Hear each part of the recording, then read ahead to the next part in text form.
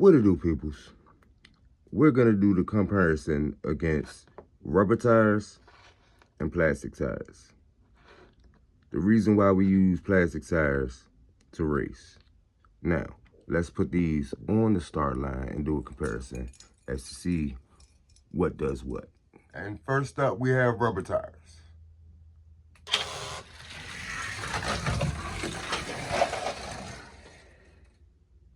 Next up, we have plastic.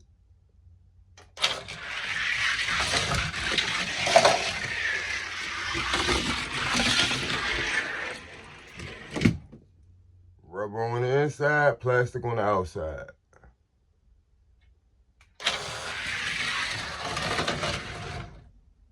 Stop.